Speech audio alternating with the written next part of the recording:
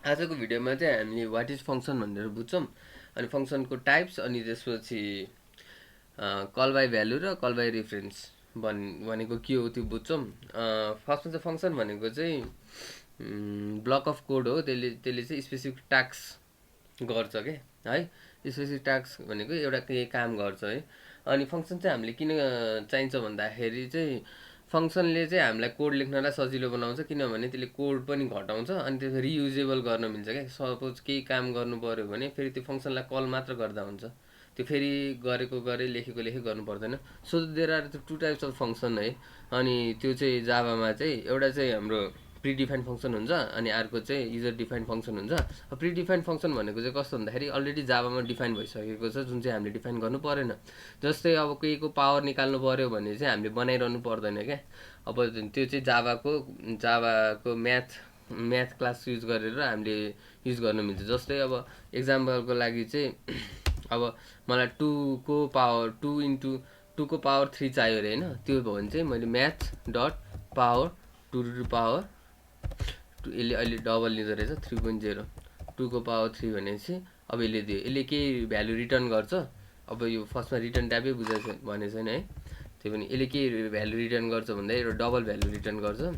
Double value value equals to S out value गऱ्यो भने यसले 2 टु पावर 3 भनेको 8 होइन। अब यो चाहिँ हाम्रो युजर डिफाइन्ड फङ्सन भयो। ए सरी, युजर डिफाइन्ड होइन, प्रिडिफाइन्ड फङ्सन हो। यस्तै यस्तै जाभामा धेरै धेरै छन् क्या। अब सपोज कुनै पनि अब अर्को एउटा इक्जाम्पल लिने, एउटा स्ट्रिङ छ अरे। अब यसमा चाहिँ मैले चाहिँ हेलो वर्ल्ड छ नि। अब यसलाई प्रिन्ट गऱ्यो भने त हेलो वर्ल्ड आउँछ, तर मलाई स्पेस हटाउनु पऱ्यो अरे क्या। अब स्पेस हटाउनु पऱ्यो भने स्ट्रिङको एउटा म्याक भनेर चाहिँ किन लेख्नु पऱ्यो है, स्ट्रिङ डिइएमओ जे लेख्दा नि यो भेरिएबल हो, स्ट्रिङ डेमो डट। अब म्याकलाई हटाउनलाई चाहिँ रिप्लेस भन्ने हुन्छ क्या। रिप्लेस फङ्सन चाहिँ यो कन्क्याट, यसलाई चाहिँ मैले अब म्याकलाई हटाउने होइन, त्यो स्पेसलाई चाहिँ अब रिप्लेस गरिदिएँ। गरेपछि यसले एउटा भ्यालु रिटर्न गर्छ। रिटर्न भ्यालु चाहिँ के हुनसक्छ भन्दाखेरि चाहिँ अब स्पेस आउँदैन। अब यसमा चाहिँ अब फर्स्टमा चाहिँ इनिसियलमा चाहिँ स्पेस आउँछ है। स्ट्रिङ डेमोमा गऱ्यो भने चाहिँ फर्स्टमा चाहिँ स्ट्रिङ आउने भयो, सेकेन्डमा चाहिँ अब स्ट्रिङ होइन क्या स्पेस आउने भयो, सेकेन्डमा चाहिँ स्पेस नआउने भयो। अब यस्तो चाहिँ प्रिडिफाइन्ड फङ्सनहरू हामीले चाहिँ युज गरेको। फर्स्टमा चाहिँ स्पेस आउने भयो, फर्स्टमा चाहिँ नट स्पेस आउने भयो। अब फेरि यसलाई पनि टु क्यापिटल भन्यो भने टु अप्पर केस गरिदियो भने पनि अब सबै क्यापिटल हुने भयो फेरि यहीँभित्र। अब यहाँ पनि मैले प्रिडिफाइन्ड फङ्सन कल गरेँ, सबै क्यापिटल लेटर भयो। हो यस्तो मेथड, यस्तोलाई चाहिँ प्रिडिफाइन्ड फङ्सन भयो। अब भयो बुझ्यो होला सायद प्रिडिफाइन्डको चाहिँ। अब चाहिँ म के गर्छु भन्दाखेरि अब युजर डिफाइन्ड भनेको चाहिँ अब आफूलाई चाहिएको केही मेथड चाहिँ युजरले, अब म गर्दै अब दुईवटा नम्बर जोड्न मन लाग्यो भने चाहिँ मैले अब युजर डिफाइन्ड फङ्सन बनाउनु पऱ्यो क्या। अब 3 चोटि मैले दुईवटा नम्बर जोड्ने गऱ्यो भने त मैले धेरै कोड लेख्नु पऱ्यो नि त। तर एकचोटि मैले दुईवटा नम्बर जोड्ने फङ्सन बनाएपछि त्यसलाई कल मात्र गऱ्यो भने जतिचोटि जोड्न मन लाग्यो त्यतिचोटि कल गरे मात्र पुग्ने भयो होइन। त्यही भएर त म फङ्सन बनाउँछु। अब त्यसको लागि चाहिँ अब सिन्ट्याक्स हुन्छ कसरी फङ्सन लेख्ने भनेर। फर्स्टमा चाहिँ हामीलाई यो पब्लिक भनेर चाहिन्छ। पब्लिक भनेको चाहिँ जुनै पनि क्लासबाट एक्सेस गर्न पाउँछ होइन। अनि त्यसपछि भोइड अब यो भनेको चाहिँ भोइड भनेको चाहिँ यसको रिटर्न टाइप हो। अनि फङ्सनको नेम चाहियो। अब मलाई चाहिँ अहिले सम भन्ने भयो। अनि यसलाई फङ्सनको नेम चाहिँ सम छ अरे। अब सिग्नेचर डिफाइन गर्नु पऱ्यो। सिग्नेचर चाहिँ अब प्यारामिटरमा केही राखे पनि भयो, नराखे पनि भयो हो। अब मलाई चाहिँ अब सिग्नेचर चाहिँ अहिलेलाई चाहिँ सिग्नेचर कस्तो प्यारामिटरमा होइन है। त्यो सिग्नेचर चाहिँ अब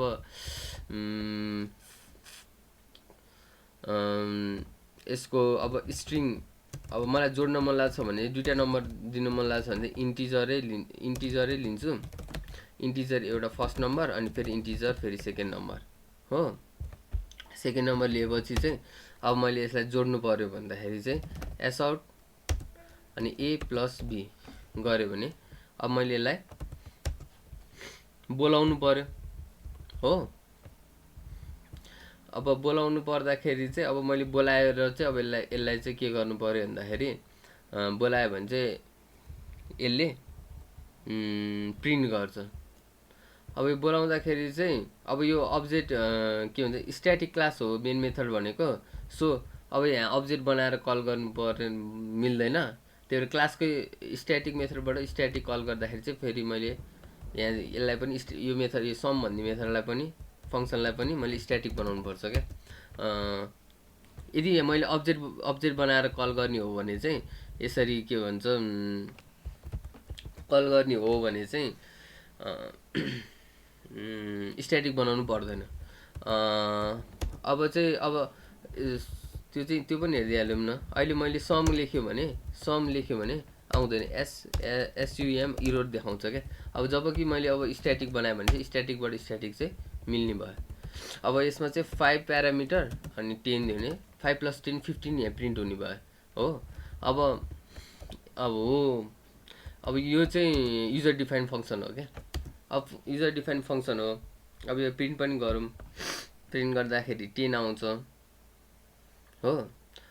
अब मैले घरिघरि चाहिँ 5 + 10 लेखिरहनु परेन नि। अब मलाई फेरि अर्कोचोटि सम 20 र 30 गर्न मन लाग्यो भने पनि अब अर्कोचोटि 20 + 30 50 दिइहाल्छ। अब समलाई मात्र कल गर्नु पऱ्यो क्या। अब यसले चाहिँ अलिक सजिलो बनायो नि त फङ्सनले। 50 मैले फेरि घरिघरि 20 प्लस फेरि 30लाई फेरि एउटा भेरिएबलमा राख्यो। खै एउटा भेरिएबलमा राख्नु मिल्छ मिल्दैन? मिल्दैन अझै। यस्तो गरिरहनु पर्छ चाहिँ एमा 20 राख्यो होइन, अनि फेरि बीमा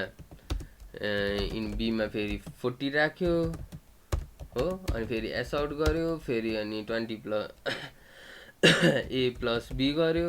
गर्दा त त्यो गरेको गर्ने भयो नि त, धेरै भयो। फेरि 20 + 40 गर्यो, फेरि 80 + 50 गर्न मन लाग्यो भने फेरि अर्को भेरिएबल बनायो, फेरि गर्दाखेरि लामो हुन्छ। त्यो यो चाहिँ युजर डिफाइन्ड फङ्सन भयो। अब कल बाई रिफरेन्स र कल बाई भ्यालु भनेको चाहिँ कस्तो भन्दाखेरि चाहिँ अब सपोज त्यो भन्नाले पनि अझै रिटर्न टाइप चाहिँ अर्को के भन्ने त भन्दाखेरि यो भोइड टाइप भयो है। भोइड टाइपले चाहिँ यहीँनेरि प्रिन्ट गर्ने भयो। सपोज अब यसलाई चाहिँ रिटर्न पनि गर्न सक्छौँ क्या हामीले। रिटर्न गर्ने भने चाहिँ रिटर्न टाइप चाहिँ अब भोइड भएको थियो अघि। अब रिटर्न टाइप चाहिँ हामी इन्टिजर बनाउन सक्छौँ, बुलियन बनाउन सक्छौँ, जे चाहे त्यही बनाउन सक्छौँ है। अब त्यसको लागि चाहिँ हामीले रिटर्न टाइप चाहिँ अब अहिले चाहिँ return A plus B, integer हो नि त, ए प्लस बी गर्छ। अनि त्यसपछि उसले भ्यालु के भन्छ रिटर्न गर्छ। अब यसलाई कल गर्नु पर्यो सम। अब इन्ट सम भ्यालु गर्छु अनि सम कल गर्छु, यसले रिटर्न गर्छ 5 + 10 रिटर्न गर्यो। अब अनि प्रिन्ट चाहिँ मैले सम भ्यालु गरेँ भने 15 आउँछ। यसले सम गरेर यसलाई कल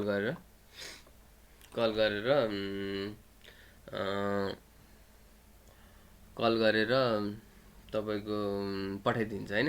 अब कल बाई भ्यालु भनेको चाहिँ कस्तो भन्दाखेरि चाहिँ अब यसबाटै एक्जाम्पलबाट बुझौँ। अब यहाँबाट 5, अब एमा 5 र बीमा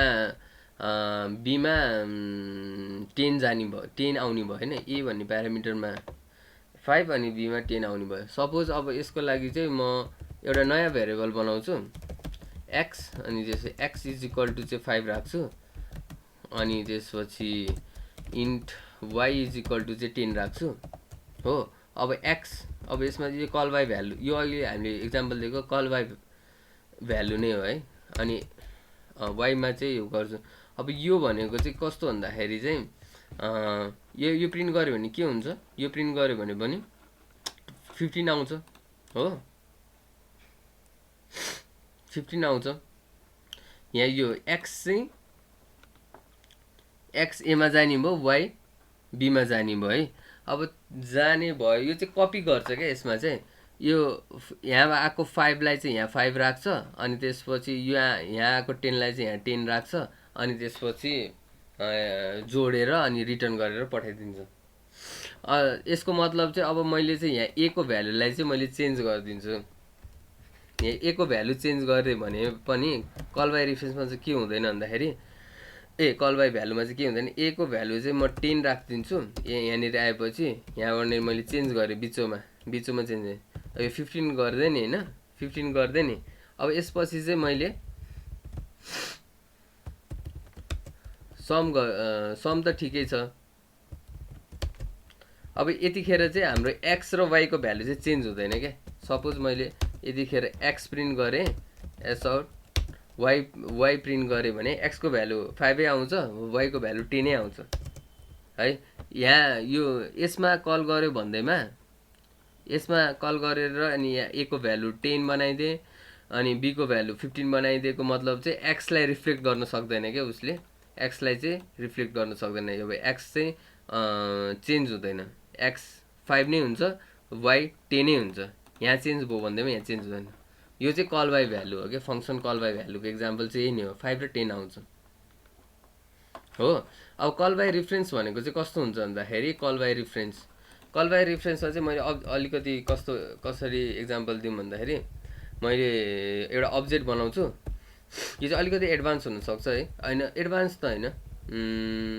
त होइन, म भनिहाल्छु अलिकति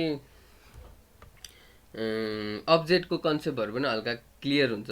अब यसमा चाहिँ कल बाई रिफरेन्समा चाहिँ कस्तो हुन्छ भन्दाखेरि एउटा म क्लास बनाउँछु। यो क्लासमा चाहिँ पर्सन भन्ने नाम छ अरे हो, पर्सन भन्ने छ। अब यसमा चाहिँ यसको चाहिँ एउटा नाम छ, नेम भन्ने छ। अनि नेम ओके छोटो बनाऊँ है, नेम भन्ने छ हो। अब नेम भन्ने छ भनेपछि अब यो पर्सनको चाहिँ म एउटा अब्जेक्ट बनाउँछु है कल बाई रिफरेन्सको लागि चाहिँ। कसरी बनाउँछ भने person equal to new person हो। अघि मैले राखेको जस्तै अब person dot name is equal to चाहिँ के गर्छु भन्दाखेरि मेरो चाहिँ फङ्सन पर्सनको नामै फङ्सन छ अरे हो, यसको नामै फङ्सन छ। अब मैले एउटा अर्को एउटा मेथड बनाउँछु। फङ्सनलाई मेथड पनि भन्छ है जाभामा। पब्लिक मेथड गर्छु पब्लिक भोइड, ओके भोइड टाइपै बनाउँछु है। Void call by reference REFRENC हो, रिफरेन्स PR पर्सन। यसमा चाहिँ पर्सन सेन्ड गर्छु।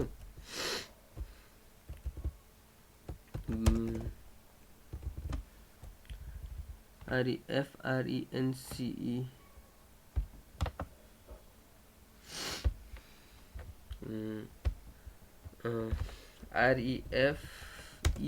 REFERENC